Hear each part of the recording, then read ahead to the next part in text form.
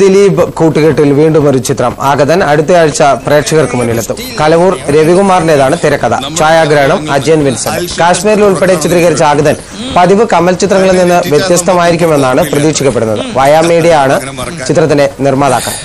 ചില കാര്യങ്ങൾ മാത്രം മറന്നു പോകുന്ന എന്നോട് ചോദിക്കുക അതൊരു ഫേക്ക് സ്റ്റോറി ആണോ? ഒരു കള്ളക്കഥ പറഞ്ഞ ഞങ്ങളെയൊക്കെ പറ്റിക്കാന്ന് വെച്ചാൽ അതിന്റെ അർത്ഥം എന്താ? താനൊരു ഫ്രോഡാണ്. എന്താ പങ്കിളിൽ അങ്ങനെ ഒരു സംശയം തോന്നാ?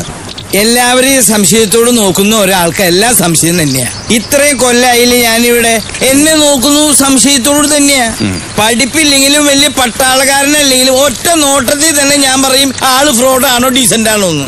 ഇപ്പൊ സുധീർ സാറ് ഫ്രോഡാണെന്ന് തോന്നുമെങ്കിലും സാറിനെ കണ്ടാൽ തന്നെ പറയും ഡീസന്റ് ആണെന്ന്. താൻ എന്നെ ഫ്രോഡാക്ക? ഇന്ന് ഞായറാഴ്ച സാറേ, ഞായറാഴ്ച ഞാൻ നുണ പറയില്ല.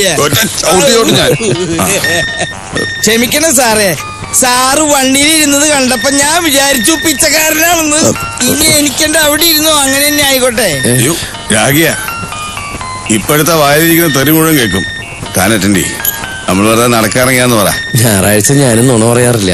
മാനവ മര്യാദയ്ക്ക് കള്ളു കുടിക്കാൻ സമ്മതിക്കാത്ത ഭാര്യയെ വെച്ച് പൊറിപ്പിക്കരുത്. ചവിട്ടി കൊള്ളണം, എന്നിട്ട് നമ്മൾ ജയിലിൽ പോയി കിടക്കുക. എന്റെ ഭാര്യയുടെ കാര്യം ഞാൻ നോക്കിക്കോളാം.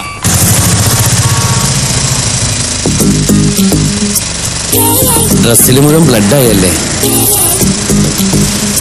ഇക്കാലത്തൊരു ഉപകാരം ചെയ്യാൻ പോയാൽ ഇങ്ങനെ ഇരിക്കും. ആ പോട്ടെ, ആ പാവം തള്ള രക്ഷപ്പെട്ട് കാണും ഇല്ലേ? അത് മതി. എന്നാലും കയ്യിലെ കാശ് പോയത് മെച്ചം. നമ്മളെ കടമ ചെയ്തു ഇല്ലേ? ബസ് സ്റ്റാൻഡ് അടുത്താ? ഇന്ന കൊഞ്ചം പോണേ സാർ. ഓ സോറി, ബുദ്ധിമുട്ടായി ഇല്ലേ? ടെൻഷൻ അടിക്കണ്ട, ബസ് വേറെ കിട്ടും.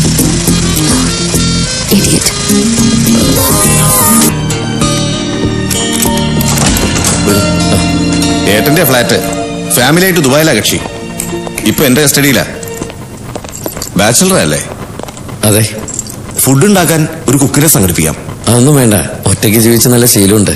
നിഖില് നിർബന്ധിച്ചോണ്ടാ വാടകയ്ക്ക് കൊടുത്തില്ല ഇതുവരെ. സത്യം പറയാലോ, ഭാര്യയെ പേടിക്കാതെ സ്മോൾ അടിക്കാൻ ഇടയ്ക്ക് ഞങ്ങൾ കൂടുന്ന സ്ഥലമാണ്. അതാ ഇവന്റെ ടെൻഷൻ. വാടകയ്ക്ക് കൊടുത്താൽ പിന്നെ വേറെ സ്ഥലം അന്വേഷിക്കണ്ടേ? അതിന്റെ ആവശ്യമില്ല, ഞാൻ ഒറ്റയ്ക്കല്ലേ ഉള്ളൂ.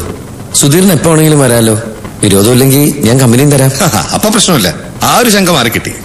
ഇന്ന് തന്നെ തുടങ്ങണോ? നിഖിലേ, നിന്റെ സാറ് നമ്മുടെ ഗുരുവാന്ന് ലക്ഷണമുണ്ട് കേട്ടോ. ഞാൻ കഴിക്കുന്നുണ്ട്. രണ്ടുപേരും കൂടെ എവിടെ കറങ്ങാ? ഈ ശ്രേയക്ക് വട്ട നഗരപ്രദക്ഷിണം. ഏതോ ഒരു ഏഴത്തോടിനെ തേടി നടക്കുക. ദാ കൊടുക്കാം.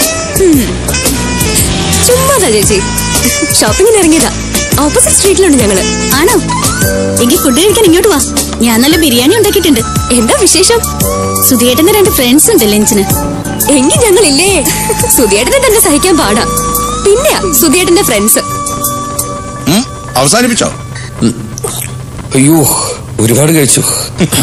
ഡോക്ടറെ, ഫുഡ് വളരെ നന്നായിട്ടുണ്ട്. താങ്ക്സ്.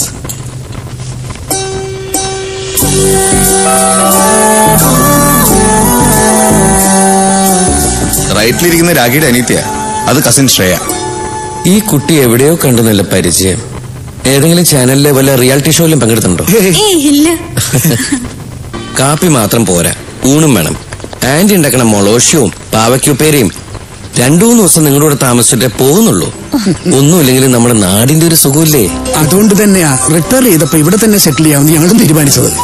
പക്ഷെ ഇവിടെ വന്നപ്പോഴാ ഒന്നും ചെയ്യാനില്ലാത്തത് കൊണ്ട് രാവിലെ മുതൽ വൈകിട്ട് വരെ ഞങ്ങൾ രണ്ടാളും അങ്ങോട്ടും ഇങ്ങോട്ടും നോക്കിയിരിക്കുക. മക്കളില്ലാത്തതിന്റെ വിഷമം തീരാൻ എന്നെ ദത്തെടുക്കുന്നതിൽ എനിക്ക് വിരോധമൊന്നുമില്ല കേട്ടോ. ഞങ്ങൾക്കും സന്തോഷം അല്ലേ സരോജം? പിന്നെ എന്നിട്ട് ഇവിടെ എവിടെങ്കിലും വന്ന് സെറ്റിൽ ചെയ്യേ. ആഗതൻ അടുത്ത വെള്ളിയാഴ്ച റിലീസ് ചെയ്യും.